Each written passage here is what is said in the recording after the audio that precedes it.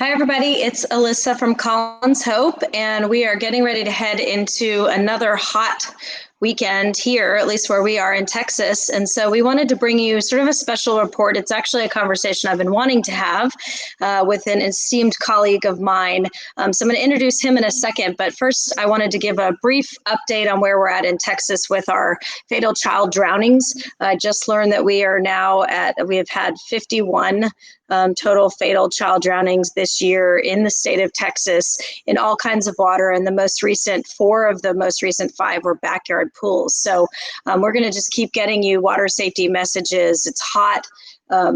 People are accessing water in their backyard pools, in their homes, and open water as well. So let's just do all that we can to help keep our families safer around water. We can prevent these drownings. And so that little message, I can't not start with that, but I do want to now shift over and we have our special guest here. It's Johnny Humphreys. He is the chair of the Texas Heatstroke Task Force, and he is a fellow board member of mine for Safe Kids Austin.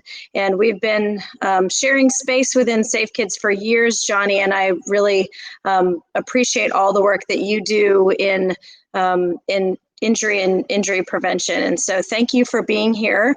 And I'm going to let you introduce yourself a little bit, talk about what you do, and then we'll talk about why we're using the Colin's Hope platform, which we do water safety and drowning prevention primarily. But the issue that you tried to prevent, or the injury and deaths that you try to prevent, there are crossovers, and we're going to talk about those. So welcome, and thank you for being here.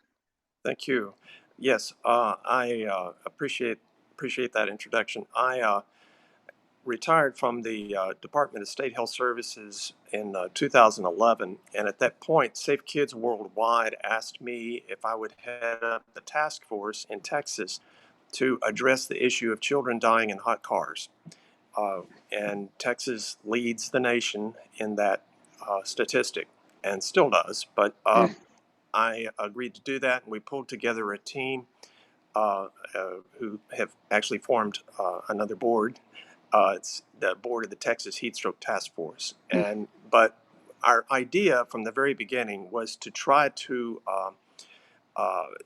it's based on the philosophy that a little work by a lot of people can do a lot of good. So we enlist people in the task force to help get the message out, educational message about preventing heat stroke in cars. And that's how it works. We have over 450 people in the task force, people in medical professions, social service workers, police officers, firefighters, and so forth. And they all include heat stroke prevention.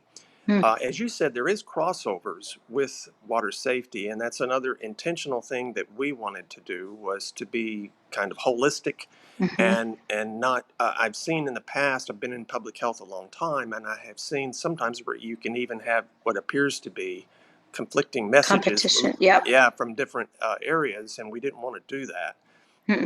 And one area in particular that it's on all our printed matter, as well as when we speak, has to do with one of our prevention methods, which is to always lock your vehicle. It's very important, and in fact, especially so this year, because there have been 2 child heat stroke deaths in cars this year in Texas, and 11 nationwide. And 5 of those, including both of them in Texas, have been from children at home getting into a car unnoticed. And so we encourage people to lock their vehicles, including at home. But the thing that we say is, if a child turns up missing, check the pool first, and then check vehicles. So I'm going to bring your attention, this is backwards, but one of our little icons right here on our water safety card says check water sources first. And I think that was the very first time I think I was talking about that at a Safe Kids meeting, and you brought up, well, we say that for, if a child goes missing, check the water and then check the car. I had never thought about that. And it makes so much sense. And just as you're speaking, the locking of the car, I think it's sort of innate that when I leave my car, I lock it, but I really hadn't thought about it as, and I have young neighbors. I mean, my daughter's 15, so I don't necessarily, although I was thinking about that, the age related message this morning that I do want to talk about, but that's something that it's a very simple thing that people can remember to do, is lock your car. That's just like we say, put barriers around water, and lock the gate, lock the car, and block the access. And I think that's what you're Yes, we're saying to the we may cars. end up we may in fact amend that statement. I've been thinking about that to Mm-hmm. include, like you just mentioned, water sources, because it's bigger than just a pool. I have Right. neighbors, for instance, that have a lily pond complete with Mm-hmm. frogs, live frogs, and it's the same thing. They have that gated off, fortunately, Mm-hmm. but their grandkids visit. I mean, this is, but it's the kind of thing you would check first if that Right. child, turned Right. up missing. Right. So yes. So yeah, we say safe water sources because ponds, I mean, as I mentioned at the beginning of this broadcast, the most recent fatal child drownings we've had in Texas have been 4 backyard pools and 1 was a pond. And I know we're at multiple ponds. So yes, any water source. But then in this case, let's don't let me get off topic here, of what we really want to talk about. And the hot cars. I did want to bring up, I wanted you to talk about the repeated behavior. Let's talk about that a little bit, the memory research around repeated behaviors. I think you're frozen, so I'll wait till When you you get talk, unfrozen. There we go. there we go. Um, Yep. a common thing that you might hear in this, from what we do, from especially from other parents, is how in the world can a parent forget about their child in a car? Mm-hmm. And there's a doctor, David Diamond, with the University of South Florida, that's very interested in this subject, and he's published a paper about it, and he's done a lot of memory research, and he gives a partial answer, I think, to that question. I do want to mention that anytime that there's a child death, there is an investigation. Mm-hmm. I know that can be uncomfortable for families, but it has to be done. But once you get past that, if they conclude that it was an accident and that the parent forgot, again, how does this happen? Dr. Diamond says, and I'm going to use more layman terms than his Mm-hmm. scientific terms, Great.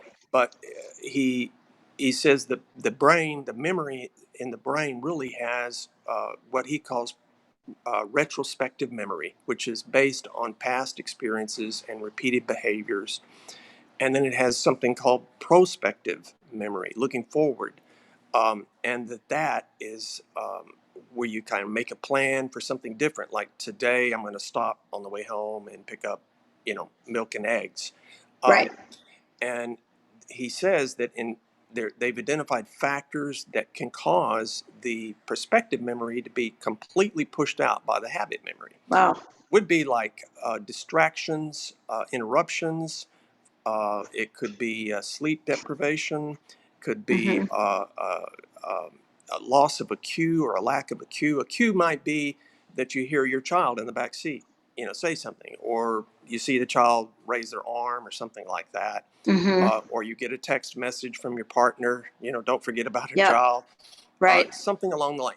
In the absence of cues, uh, the perspective memory can be lost, and then you revert to that habit memory, which Mm. is very strong, of doing the same thing over and over again.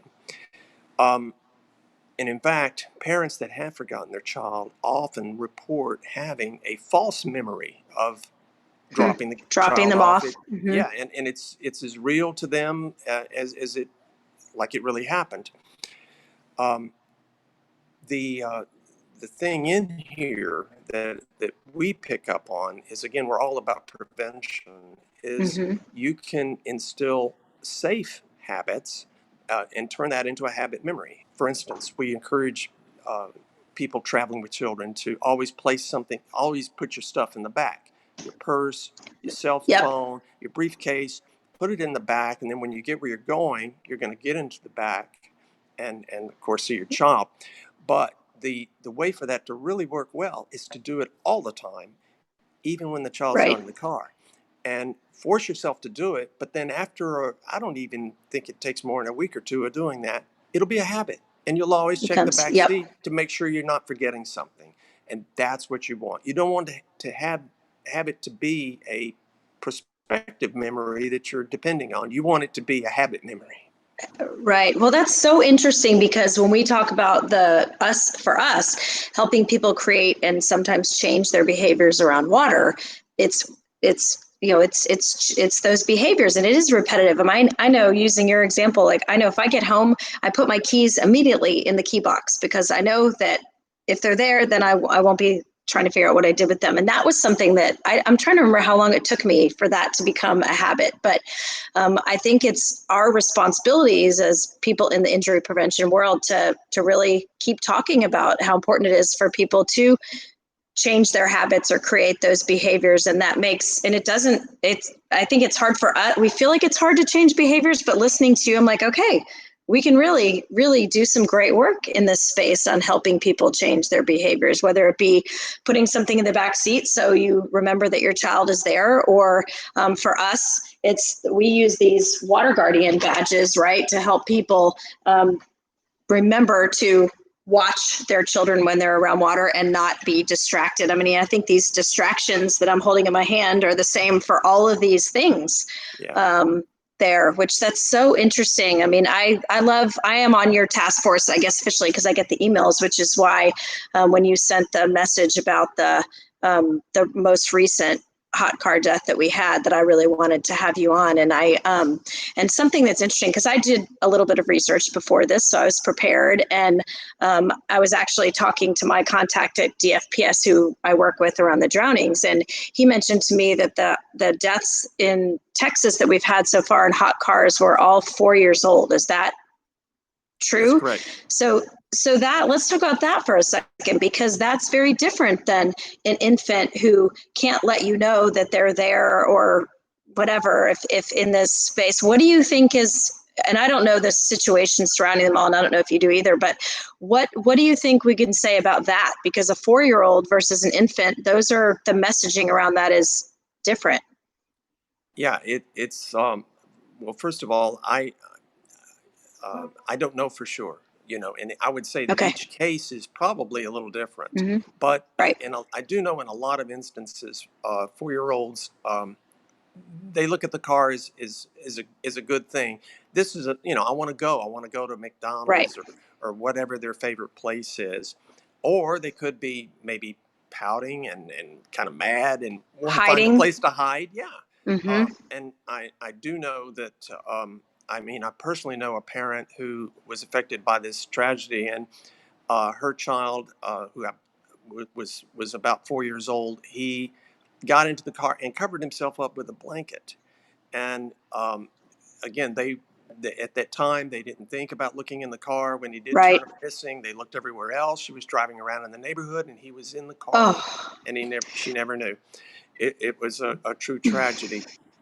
So, my wife even tells me a story, when she was a little girl. She was big family of 8, and they would playing hide and seek, and she hid in the car, and it Yep. happened to her. And fortunately, they got to her in time. Well, I think this is interesting. So, because I know we're running out of time, but one of the things I want to bring into is what is another crossover of what we do in water safety is we talk to parents and caregivers and kids about having these conversations. So just like we want parents and caregivers talking to their kids and developing their rules around water safety from the earliest of age, I think this is another great conversation for parents and caregivers to have with their kids around not getting in a hot car. I mean, if you forget to lock the car, like your child, just like we teach kids to wait for a grown-up around water, or a grown-up should be watching you. I'd love for there to be some rules that are taught. And our program director, Jessica, who's listening but not visible, her son, who's almost 3, is our little our little longitudinal study of how we can develop safer behaviors around water, because he's grown up in this culture of water safety. And I think that having these same conversations around not getting in a hot car. I know I've seen that thermometer that you've brought out to events that shows the temperature in a hot car versus the outside temperature. And maybe you could speak really quickly to that, because people may not know really how hot it can get in a car. And I think that's important. Yeah, we actually just used it this morning in Kyle at the fire department for an event, and it was. I guess we had it hooked up for a little over an hour, and Okay. it got up to about 125 inside the car, and then the outside temperature. I think the highest it got this morning down there was 88 degrees. So, but it does not take very long, no. And of course, a child is less equipped to handle heat Handle it. than an adult is, which further makes it a big problem. I think your idea about talking to kids, having that conversation, is great, and for a lot of reasons to keep them out of a car, Yep. as, is a fun place to be. And then, but also, if they see another child in a car, they need to They can. know there's something wrong with that, and they need to Yep. get a grown up to help. Because, Yep. again, just experience with this, there was a case where a child, I don't want to tell horror stories, but a child was seen in a car and by other children, but they didn't know what to Mm-hmm. do. You know, Got it. so they need to know what to do, and that's to get a grown up to help. Well, and that's great. I mean, we talk about yell, reach, or throw, don't go, and water safety around kids if they see someone struggling in the water. And so I do love that we're drawing these parallels, or these crossovers, I guess, in these two issues. And so I want to thank you, Johnny, for the work that you do around this and just injury prevention. You're, a longtime hero of mine in this work. You've been doing the work longer than I have. And I'm really proud to work by your side on the Safe Kids board, and know that we will do what we can from the Colin's Hope side of things to talk about this and include the hot heat stroke messaging into ours whenever we can. So I appreciate you, and everyone listening out there. Again, we're heading into a hot weekend, and it's a long, hot summer. So talk to your kids about not getting into a hot car, lock your cars, block access to those cars, because as Johnny said, it can be 88 degrees outside and 125 in the car, and that is not a good situation. So we can prevent these. So just like drownings are preventable, these hot car deaths are preventable too. So any last words before we sign off? The feeling is mutual about you and Colin's Hope. You guys are great. You're great. Thank you very much. And it's an honor to work with you and Safe Kids. Safe Kids Austin really has some very talented people on it. And anyway, thank you. True that. All right. Thanks, everybody out there. Have a best day ever, and have a best weekend ever. Keep your families safer around water and in this heat. Thank you.